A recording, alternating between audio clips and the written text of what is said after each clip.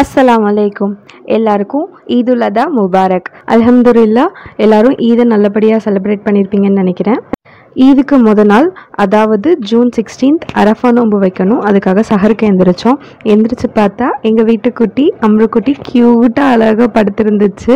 சஹர்லாம் முடிச்சுட்டு வந்து ரூமில் லைட் போட்டு பார்த்தா இதுவும் எந்திரிச்சு எங்கள் கூடயே விளையாட ஆரம்பிச்சிருச்சு. செம்ம ஆட்டம். நானும் அம்மாவும் படுக்கிற வரைக்கும் அதுவுமே படுக்கவே இல்லை, எங்கள் கூட செம்மையாக விளையாடிட்டே இருந்துச்சு. அப்புறமேட்டு நாங்கள் படுத்ததுக்கப்புறம் தான் அதுவும் போய் அது பெட்டில் படுத்து தூங்குச்சு. ஃபஜர்லாம் தொழுது முடிச்சுட்டு படுத்தாச்சு. மார்னிங் எழுந்த உடனே பார்த்தா ஆடு வந்துடுச்சு. அல்ஹம்துலில்லா, இந்த வருஷம் நாங்கள் குர்பானி கொடுத்துட்டோம் எப்போதும் போல். எங்களுக்கு பெருசாக க்ளீனிங் ஒர்க்லாம் எதுவும் இல்லை, பிகாஸ் 1 வீக் முன்னாடியே நாங்கள் எல்லாமே செஞ்சு வச்சிட்டோம். அதனால் ஸ்வீட்ஸ் மட்டும் செஞ்சுக்கலாம் அப்படின்னு சொல்லிட்டு குலாப் ஜாமுன் அப்புறம் அரேபியன் புட்டிங் தான் செஞ்சுருந்தோம். அம்மா குலாப் ஜாமுனுக்கு உருட்டி வை அப்படின்னாங்க. சரி ஓகேன்னு உருட்டி வச்சுட்டேன். அம்மா தான் வந்து பொரிச்சாங்க. அப்புறம் அரேபியன் புட்டிங் வந்து ஃபுல்லாகவே நான் தான் பண்ணேன். சூப்பராகவே இருந்துச்சு டேஸ்ட்டு. அதுக்கப்புறம் பெருசாக எதுவும் வீடியோ எடுக்கலை.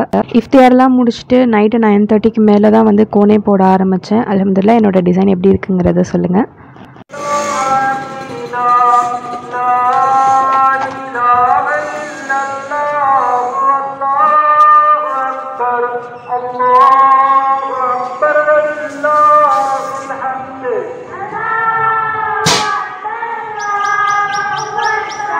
அல்ஹம்துலில்லாஹ், மார்னிங் எழுதுனதுலேருந்தே இந்த தக்பீர் சவுண்டை கேட்க அவ்வளோ ப்ளசண்ட்டாக அவ்வளோ பீஸ்ஃபுல்லாக இருந்துச்சு.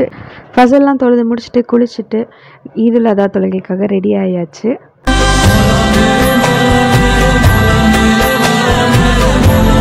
நான் ரமதான் வ்ளாகில் சொன்ன மாதிரி தான் நாங்கள் வெளியே எங்கேயும் போய் தொழுக மாட்டோம், வீட்லேயே நானும் அம்மாவும் தொழுதாச்சு. ईद मुबारक, ईद मुबारक। अस्सलाम वालेकुम, सलाम बोलो। अस्सलाम वालेकुम चानू लड्डुली।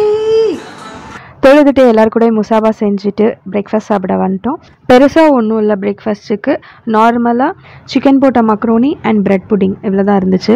உங்களுக்கு பிரெட் புட்டிங்கோட ரெசிபி வேணும்னா என்னோட யூடியூப் சேனலில் இருக்குது, மறக்காமல் செக் பண்ணி பாருங்கள். நாங்கள் இன்றைக்கி குர்பானி கொடுக்குறனால ஆஃப்டர்நூன் எதுவும் ஸ்பெஷலாக செய்யலை. சும்மா நார்மலாக பரோட்டா அப்புறமேட்டு ஈரல் கறி வச்சு சாப்பிட்டோம். எங்கள் வீட்டுக்கு நானா மாமூலாம் வந்திருந்தாங்க.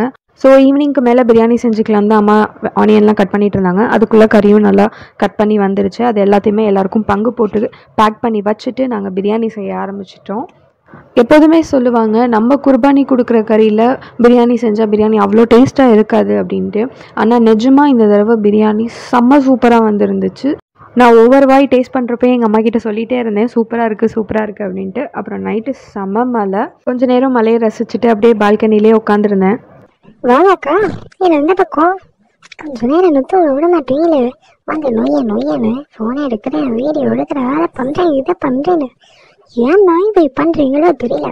நான் லுக்கு சரிப்பா, ஓகேப்பா, நான் தூங்குறேன். ஓ, யூடியூப் சேனலுக்கு வீடியோ எடுத்துக்கிட்டு இருக்கீங்களா? ஹலோ மக்களே, எல்லாரும் எப்படி இருக்கீங்க? நான் தான் இதுக்கிட்ட பாடப்படுறேன். சப்ஸ்கிரைப் பட்டனை தட்டி விட்டுட்டு போங்க. நெக்ஸ்ட் வீடியோவில் சந்திப்போம். பாய்.